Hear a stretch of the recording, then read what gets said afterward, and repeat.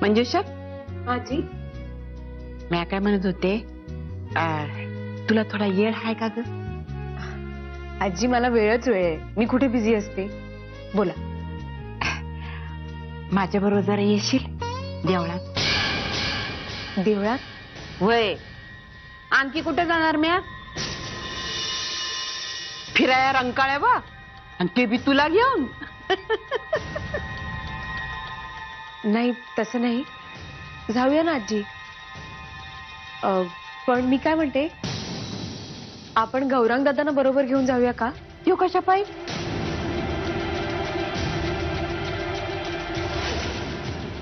I am free.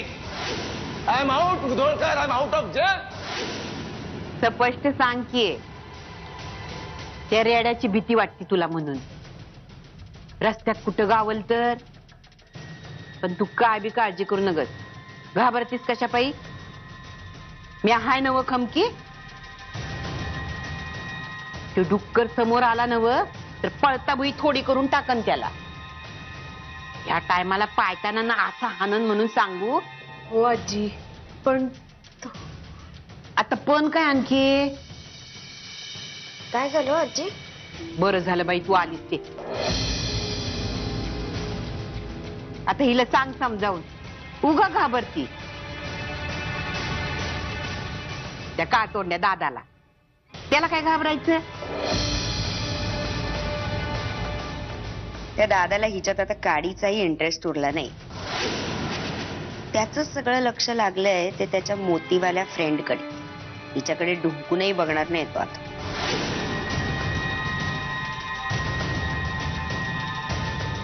आजी बरोबर असताना कसली काळजी करताय तुम्ही? मला वेळ असता तर मी पण आले असते खरंच. ठीक आहे आजी, चला मग जाऊया. आता माझी नाच शोभली बघ. चल.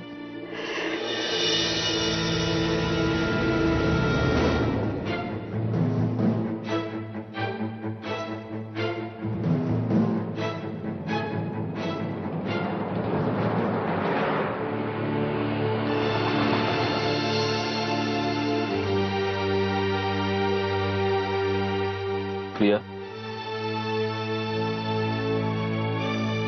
प्रिया, आला का बस स्टॉप? अगं तेच सांगतोय मी. सॉरी, माझं लक्षच नव्हतं. ऐक, काय झालं, तुला बरं वाटत नाहीये का? नाही काय नाही, थोडस डोकं दुखतंय. कशामुळे? आता मला कसं माहित, कदाचित उन्हामुळे दुखत असेल. दुपारी आत्याशी गप्पा मारायला म्हणून आम्ही गच्चीवर गेलो होतो. पण मग तू आता जाणार कशी? अरे त्यात काय झालं एवढं? गाडीत बसून झोपायचं तर आहे. मी जाईन आरामात, तू नको काळजी करू. अगं प्रिया, तू एकटी चाललीस, तुझ्या अंगावर दागिने.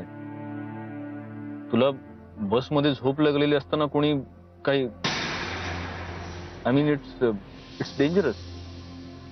त्यापेक्षा मी सोडतो तुला. पुण्यापर्यंत? तू पुण्यापर्यंत येणार मला सोडायला? येऊ शकतो. अरे त्याची काहीच गरज नाही. आणि तुझं ऑफिस? नाही, तसं काही ऑफिसमध्ये विशेष काम नाहीये. आय मीन तुला सोडून मी ऑफिसला येऊ शकतो संध्याकाळी. मग ऑफिसमध्ये काम नसेल ना तर तू घरी जा, मी जाईन. ऐक, प्रिया, प्रिया, तू परत घरी येतेस का आपल्या? अरे नाही, आज पुण्याला जाणं भागच आहे. बरं, मी सोडतो तुला.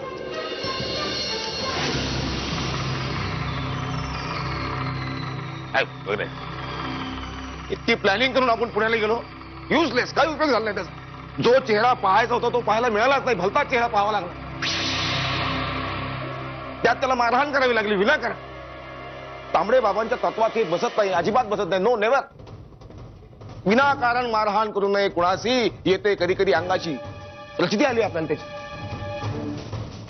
विनाकारण मारहाण करू नये कुणाशी येते कधी कधी अंगाशी संत वचन तांबडे बाबा खंड 2 परिशिष्ट 3 परिच्छेद 14.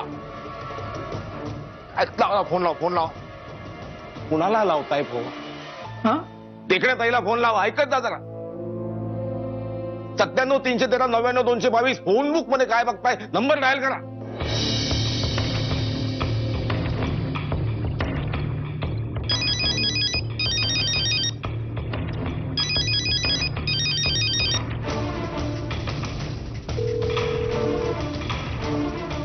हॅलो.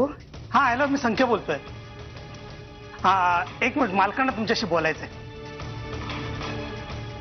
कशात देखण्यात आहे? डायरेक्ट मुद्द्यावर येतो. आम्ही आमच्या लव्ह ॲट फर्स्ट साईडला भेटायला पुण्याला गेलो होतो, पण त्या तिथे नाहीये. व्हेरी शी. दादा, ती ना कोल्हापूरला आली होती गणपती विसर्जनासाठी. That means she is in कोल्हापूरला? नाही. ती गेली पुण्याला परत. म्हणजे गाडीत असेल आता.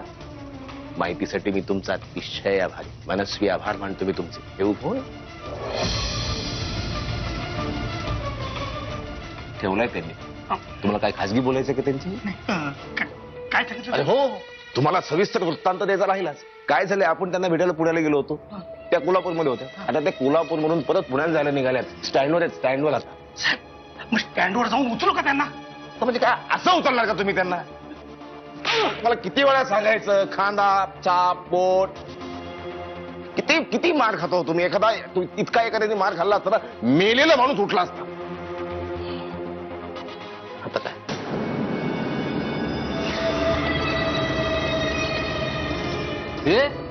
काय फेकाफेकी काय करतेस? जगणं मुश्किल झालंय माझं ह्याच्यामुळे. कोणामुळे? फोनमुळे? अगं नेत्रा, त्याचे आपल्याला पैसे मोजावे लागतात. त्यामुळे ना ह्या गोष्टींना असं फेकाफेकी करून चालत नाही. गौरांग, उगा शहाणपणा शिकू नकोस. शहाणपणा नाही, तुला शिस्त शिकवायची गरज. लेक्चर बाद झालं. ठीक आहे, लेक्चर ऐकायचं नसेल ना तर आधी वस्तू नीट हाताळायला शिक, म्हणजे बोलायचा प्रश्नच येणार नाही. गौरांग, मला नंबर बदलायचा.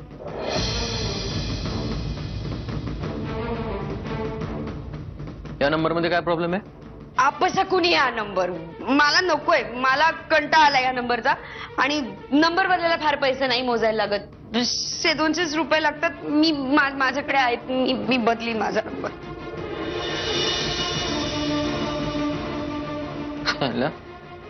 फिरलं वाटतं इथं परत.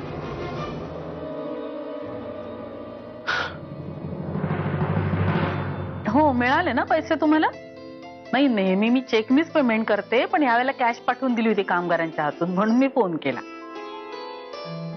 हा, आता तरी चांगलं वाटतंय काम, पण आता ते आठवड्याभरामध्ये कळेल ना पुन्हा लिकेज होतंय की नाही ते. मला पुन्हा तक्रार नकोय बघा तुम्ही. बरं, थँक्यू. ठेव. काय झालं आई?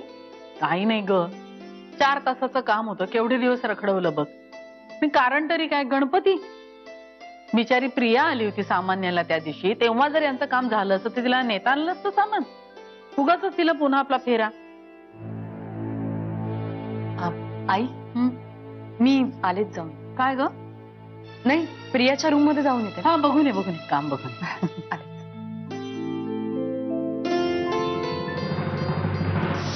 प्रिया, पोचलो आपण. थँक्यू. थँक्यू कशाबद्दल? तुला माहितीये कशाबद्दल?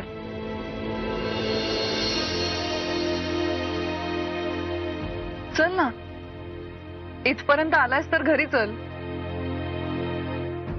नाही नको, जा तुम्ही, निघतो. का? त्या दिवशी तर म्हणत होतास माझा आता सुहासवर राग नाहीये म्हणून. मग आता काय येत नाहीयेस?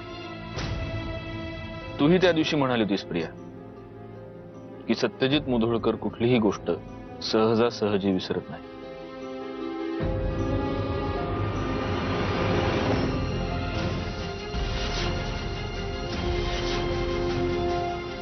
So bye. सत्यजित, मला डोळ्यात काहीतरी गेलंय का बघ.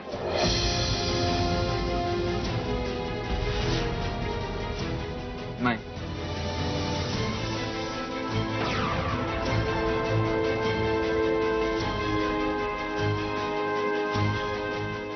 तू सांभाळून जा. या. बाय. बाय.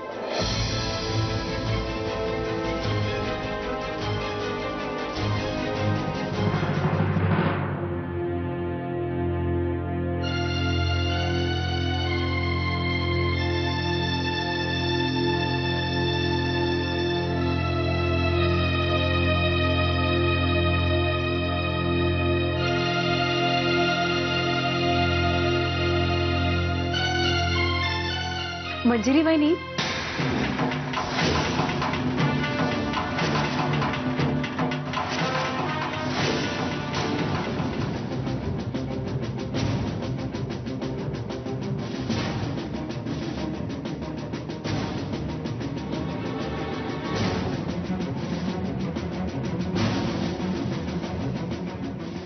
सुहास,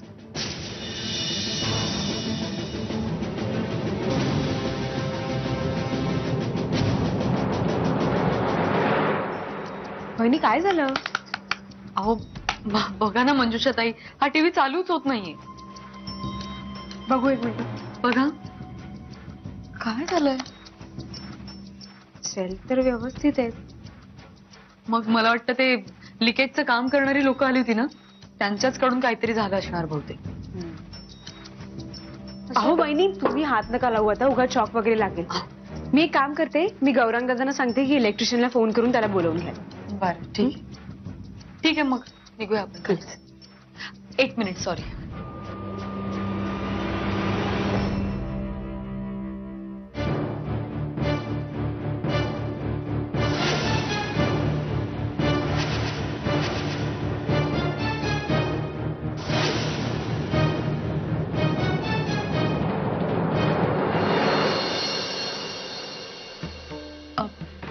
मी मदत करू का? काय हवंय तुला? मला हव्या त्या गोष्टी माझ्या मी शोधून घेईन प्रिया. तू रागावलास का माझ्यावर?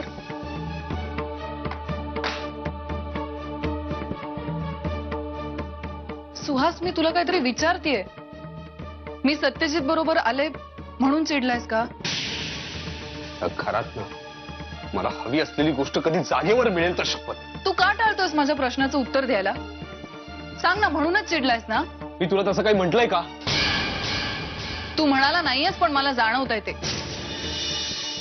मी तेच सांगते, जे काही तुझ्या मनात आहे ते स्पष्टपणे बोल. तू कुणाबरोबर यावंस, कुणाबरोबर जावंस, त्याबद्दल मला काही म्हणायचं नाहीये. पण मला त्याच्याबरोबर यायचंच नव्हतं. तू हवं तर फोन करून कोणालाही विचार तिकडे. मी बसनेच येणार होते, पण मी तुला सोडतो म्हणून पाठीच पडला माझ्या. मी त्याला इतकंही सांगितलं की कोल्हापूर ते पुणे प्रवास माझ्यासाठी काही नवीन नाहीये, सवयीचा आहे. पण ऐकूनच घ्यायला तयार नाही. मी तुला घरापर्यंत सोडणार असा हट्टच धरून बसला. तर मी काय करणार?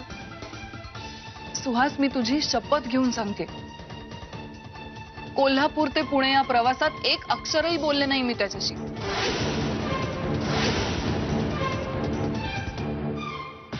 मी इतकं काही बोलले तुला, इतकं एक्सप्लेनेशन दिलं, तू काहीच का बोलत नाहीयेस?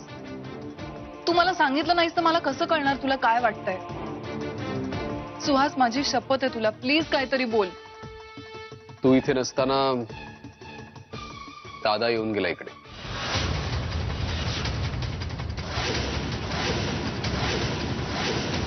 दादा इथे आपल्या घरी येऊन गेला? कशासाठी? त्याला कोणाच्या घरात कधी घुसायला कारण लागतं का? सुहास, त्याने तुला काही केलं तर नाही ना? त्याने मला काही केलं असतं प्रिया तर मी असा हातीपायी धड सापडलो असतो का तुला आता? माझ्यासाठी कॉफी करतोय, तुला हवी आहे? नको.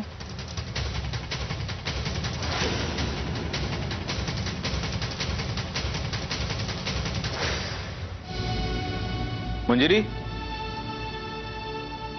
मंजिरी,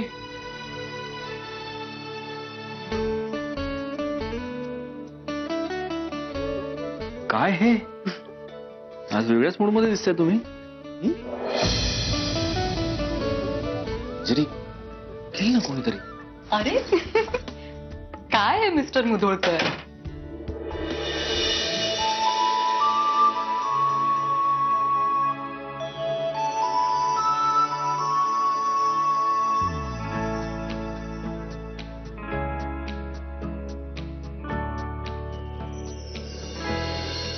आपण असं जवळपास जाऊया कुठेतरी, म्हणजे शिमला, उटी, काश्मीर.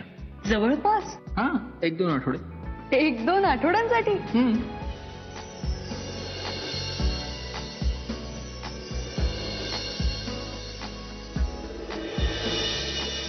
उद्या सकाळी तू आणि मी, आपण दोघांनीच ज्योतिबाला जायचं. डेटवर आपण जातोय उद्या. उद्या? उद्या उद्या उद्याच.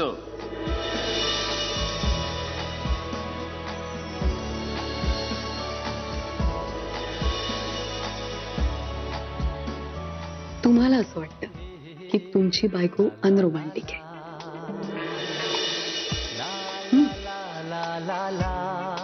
मला असं अजिबात वाटत नाही की माझी बायको अनरोमॅन्टिक आहे.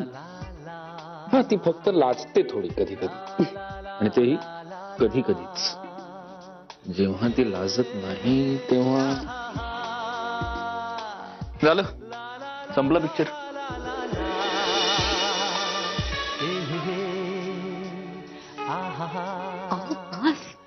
कळलं. आज उशीर कसा झाला? आणि ऑफिसला गेलोच नव्हतो मी आज, पुण्याला गेलो होतो. प्रियाला तिच्या घरपर्यंत सोडून आलो. का? काय झालं? अगं सकाळी अचानक तिला चक्करच यायला लागली. म्हटलं अशी एकटी कुठे जाणार ती, म्हणून सोडून आलो. अच्छा. हा पेनड्राईव्ह कोणाच आहे?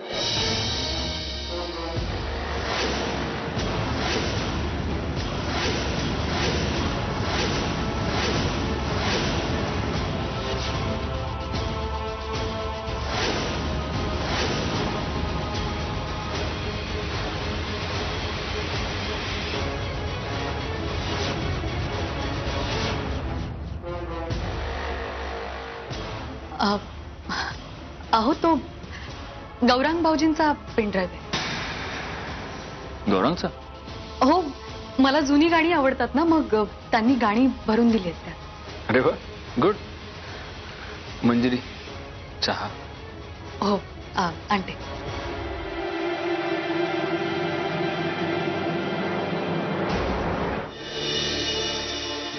कॉफी.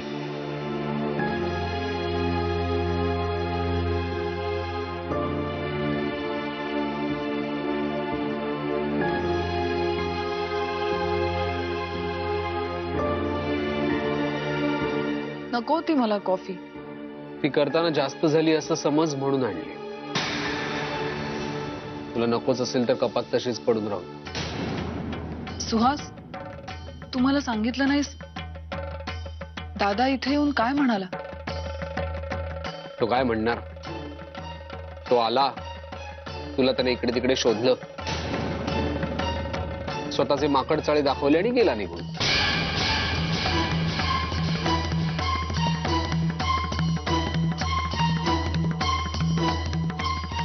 आय एम सॉरी सोना, तुला हा सगळा मनस्ताप फक्त माझ्यामुळे सहन करावा लागतोय. प्रिया, मी काम करतो.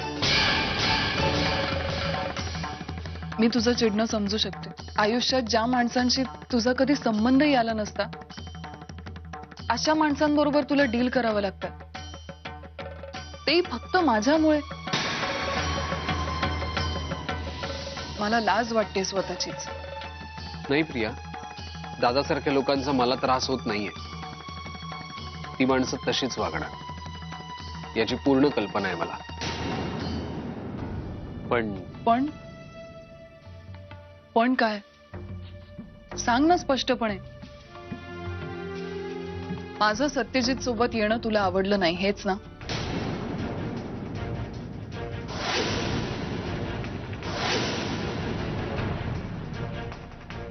पण मी तुला किती वेळा सांगितलं, मला नव्हतं यायचं त्याच्याबरोबर, मी नव्हते येणार. अरे पण तोच. प्रिया, कारण देऊ नकोस. तो लाख सांगेल, पण माझ्या नवऱ्याला आवडत नाही असं स्पष्टपणे तू त्याला सांगू शकली असतीस. एवढा भिडस्तपणा दाखवायची काहीच गरज नव्हती, नाही का? कसं आहे ना प्रिया, उद्या त्यांनी मला त्यांच्या घराची पायरी चढू नकोस असं सांगितलं तरी मला काहीही फरक पडणार नाही, कारण मला त्यांच्या गुड बुक्स मध्ये राहण्यात काहीही रस नाहीये. मला तुझ्या गुड बुक्स मध्ये राहायचंय. मला आपल्या दोघांचं नातं महत्वाचं आहे, आपल्या दोघांचं आयुष्य महत्वाचं आहे. कळतंय मी काय म्हणतोय? हे सगळं तुला बोलायला खूप सोपं आहे सुहास. एका क्षणात सगळी नाती तोडायला खूप सोपी आहे. पण माझं काय? असं झालं तर मला माझं माहेर तुटेल हे लक्षात येत नाहीये तुझ्या. सुहास, तिथे फक्त सत्यजित नाही राहत. तिथे माझी मावशी राहते, आत्या राहते, मंजिरी राहते. याचा विचार केलायस तू? विचार तुला करायचा आहे, तुझ्यासाठी कोण जास्त महत्वाचं आहे. बघ, पुन्हा माझ्या बोलण्याचा उलट अर्थ काढतोयस.